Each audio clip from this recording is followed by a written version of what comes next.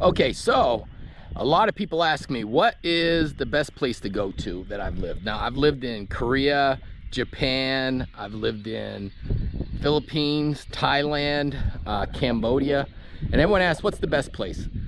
Honestly, it all depends on you. I mean, you got to decide that yourself. So the best thing I would suggest is go there and see for yourself.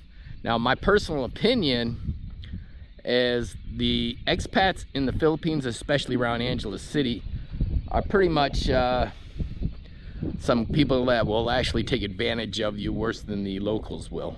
And so I'm not saying they all will. It's actually, there's less expats now than there were before, because most of them are like military retirees, they're Vietnam veterans, and so they actually they actually are dying out, and there are fewer going there. So there are people that did have recently retired, maybe like a year or two ago, and 10 years ago, so they've been living there. All right, so Thailand, there's not a lot of Americans that live there.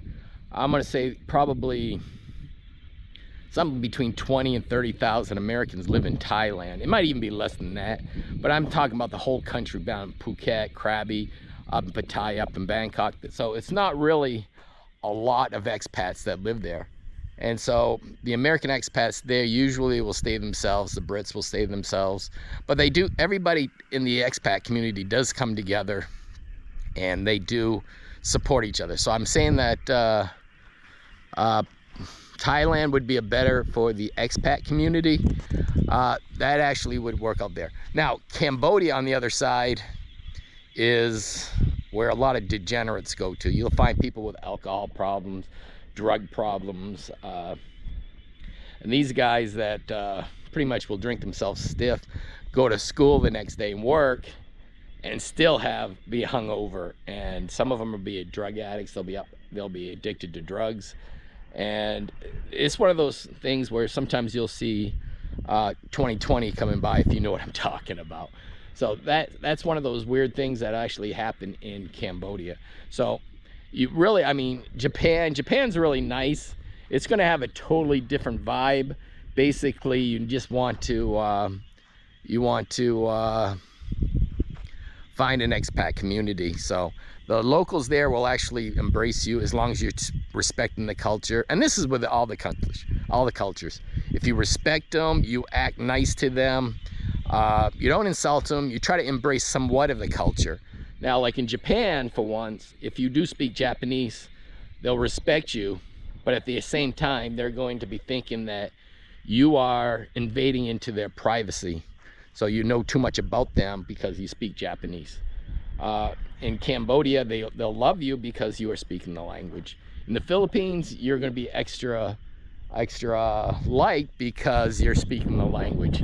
And I'm good with languages, so I've been picking up a lot of languages. I mean, I can read Korean, not as good as, not as well as I used to, but I can speak some Korean. Japanese I picked up really well, and for a while there I was just speaking a lot of Japanese, and so that was pretty basic for me, so easy for me. I'm just trying to get you the views here. I mean, this is just absolutely just stunning. So basically, you got to decide for yourself where you want to go. If you're going to embrace it. There's some people that actually despise the other culture. They're like, hey, look, you need to act more American. You need to act more British. You need to act more. No, you're in their country. You act like they expect you to. So and in Asia, don't yell, don't scream, don't berate, don't insult them, and you'll be okay. So some of you guys remember me from 90 Day Fiance. I was one of the top bloggers for the show, and I was going to go to Thailand with one of the cast members, and this was a long time ago. I was going to go with a cast member. However, after going on a road trip with them, there was absolutely no way, and God's green earth, was I going to take him anywhere close to Thailand, because I went into JCPenney, I needed a pair of shorts, and this guy was having a fit running around JCPenney screaming that I wasn't going to pay full price. and getting all upset by it and pretty much being insultive to the staff and everything, just screaming. Now, in like Thailand, Philippines, you're gonna get your bill, and sometimes you're gonna say, hey, this doesn't match up. I'm just trying to get this clouds right over there. So it doesn't match up, and best thing to do is, if you think you've been overpaid, look at it. If you think you're paid, just question it. They'll say, no, that's your bill. Pay up and don't go back. Because sometimes they are giving you the right bill. Other times you may be overcharged. But if you start fighting, you start screaming, you start causing a commotion, you're gonna get beat up. And it's not gonna be fun. And it's not gonna be like The Hangover where you wind up, they're gonna call in the riot crew, and you're gonna wind up getting the tear gas thrown at you, and you're gonna escape with a Buddhist monk and get your hair cut, go into a temple or anything like that. That's not going to happen. You will get beat up by 5 or 6 security guards. You'll be taken to jail, and then you may wind up having to pay you're gonna pay the bar anyways, and then you're gonna wind up paying any damages that were done. So best thing to do is just pay up, leave. If you want to question it. They're gonna say yes, it's right. Then leave, and then tell everybody, hey, I got screwed over. I don't think I paid that much, and then just leave it at that. I mean, you don't want to get yourself in a lot of trouble or even go to jail. So that's one thing. I have seen people act really ignorant. I was in Thailand last, I don't know, September maybe it was, and it wound up some guys were fighting, an Indian guy and a local guy and a British guy, and there was a beautiful Thai girl standing right there next to me, and I kind of had to push her behind me because I'm just worried that they might come up and jump on her accidentally. And trust me, if that Indian guy touched her, I would have been all over him. I would have been like on him like white on rice, and I would have made sure that he knew you don't disrespect the Thai.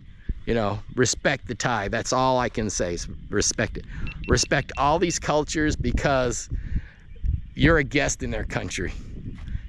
You're not the one that owns the country. You're not in charge of the country. You're just a guest. So be a guest and be respectful to all the culture. Now, like, there might be a few things you might want to change, like in Cambodia with people throwing stuff on the ground. But I mean, that's just little minor stuff. But when you're sitting there saying that, trying to change their entire culture, you're overstepping your boundaries. So don't do that. That's one thing you don't really do, is their culture, their what do you call it? Culture, their things they do every day, that winds up being part of their culture. And so you don't want to sit there and say, well, my culture is a lot better. I've seen school teachers do this. They go in, they teach a class, and they start telling the students, hey, look, my country is much better than your country. So you should be respectful to me for being here to show you how to be. No, that's a primitive thought process, and that happened in the colonial days. And if you're going to teach English and you're going to try to like tell someone how their culture should be, maybe you shouldn't be teaching English. So basically, I think that if you go and you try to respect the culture, learn the culture, you know, everything is going to be, oh, I love those clouds. Everything is going to be much better for you.